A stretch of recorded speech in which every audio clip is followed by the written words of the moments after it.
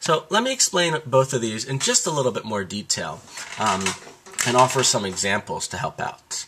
First off, I want to point out this is about sample size. How many examples are there? The notion of sample size is entirely relative. You cannot tell just by the number of observations you have whether those observations count as big enough or not big enough. This is always going to be relative to the overall population that that sample is representing. So sometimes 20 observations is enough to form a reasonable conclusion. Other times 20 observations isn't nearly enough. Let me just give you an example of this. Let's say I wanted to figure out how many people like Obama. And I was concerned only with how many people in my aesthetics class like Obama. I happen to be teaching an aesthetics class at Rowan this semester. And there are 24 students in my aesthetics class. If I asked 20 of my 24 students how many of them like Obama, and I got a result from that, I would be able to draw a fairly decent conclusion as to how many people overall in that class liked Obama. I would be only 4 shy of the overall population, so 20 out of 24 is a big enough sample. The other hand, if I was trying to figure out how many people in America liked Obama, and I asked 20 people in America whether they liked Obama or not, that wouldn't be nearly enough of a sample size. That would be way too small, because then my observations would still be 20, but my overall population would be the entire population of America, which is 300 million people. 20 out of 300 million is way too small. Now, if you're concerned at all with figuring out how big enough a sample size is, how big is big enough, how big is not big enough, well, the entire course of statistics is in part designed to help you figure that out. You can do some fancy math to figure out using fancy phrases like standard deviations and so on. When is a sample size big enough for you to approximate what the overall population thinks? Fortunately, this is not a math class that we are taking, so you do not have to get into fancy, super sophisticated math here. But for the purposes of this class, we're going to do some rough ballparking to figure out, is this big enough, is this not big enough, and we'll see from there. I do recommend, by the way, that you take a statistics class. That's probably one of the most important classes you can take if you want to figure out a really good method for becoming a good reasoner, becoming good at figuring out what counts as good evidence and what doesn't count as good evidence. All right, but moving on to evaluating inductive arguments, the second step in evaluating an inductive argument structure, are these examples representative? Now, main idea of representative is, do our sample, we know from the bat that our sample is not going to be truly all the population. We can only get some smaller subset of the population, but we want to make sure our sample does a good job representing that overall population. So generally speaking, random samples that are a proper cross-section of all the different types of observations possible in that overall population count as good samples. On the other hand, very specific localized biased samples will be bad and unrepresentative of the overall population.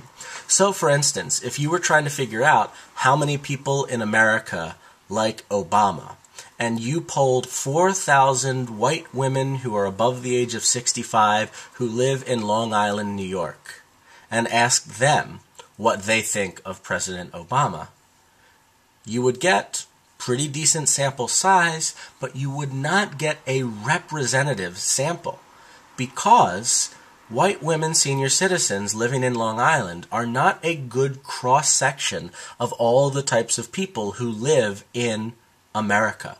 That is a poor, biased sample. If you truly wanted to figure out what all of America thinks, you would ask a random sample of people of all ages, of all income levels, living in all geographic areas, both state-wise and rural versus suburban versus urban.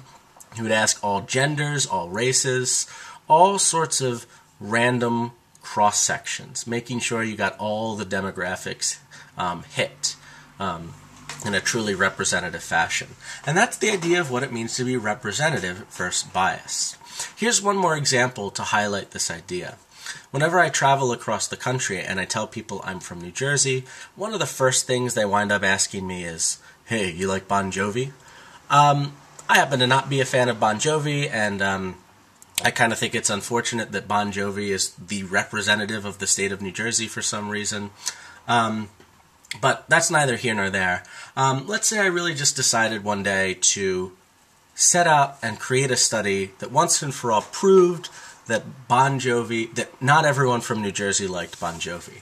But I wound up having trouble creating this study. I first did a phone call, and I would just call people up and ask them whether they like Bon Jovi or not, if they'd like to do a short survey on Bon Jovi.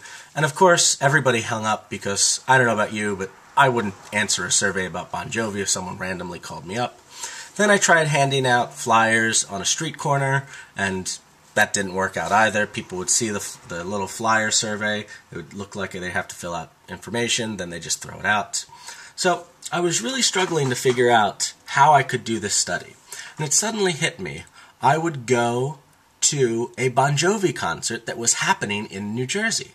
People would be very excited to fill out a Bon Jovi flyer there, fill out a little survey on Bon Jovi. So I went there. There were 22,000 people at the concert. I polled 20,000 people there who were from New Jersey, who were attending this concert.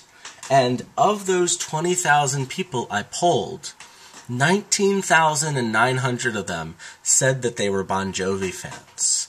So much to my dismay, while I set out to prove that not everyone from New Jersey likes Bon Jovi, my survey of 19,900 people from New Jersey wound up showing that the vast majority of them like Bon Jovi. So I wanted to prove otherwise. I wound up proving that most people from New Jersey like Bon Jovi. So hopefully you didn't buy this reasoning. By the way, this was all fictional. I didn't actually do any of this. But the reason this argument is bad is because I went to a Bon Jovi concert. That is a highly unrepresentative sample.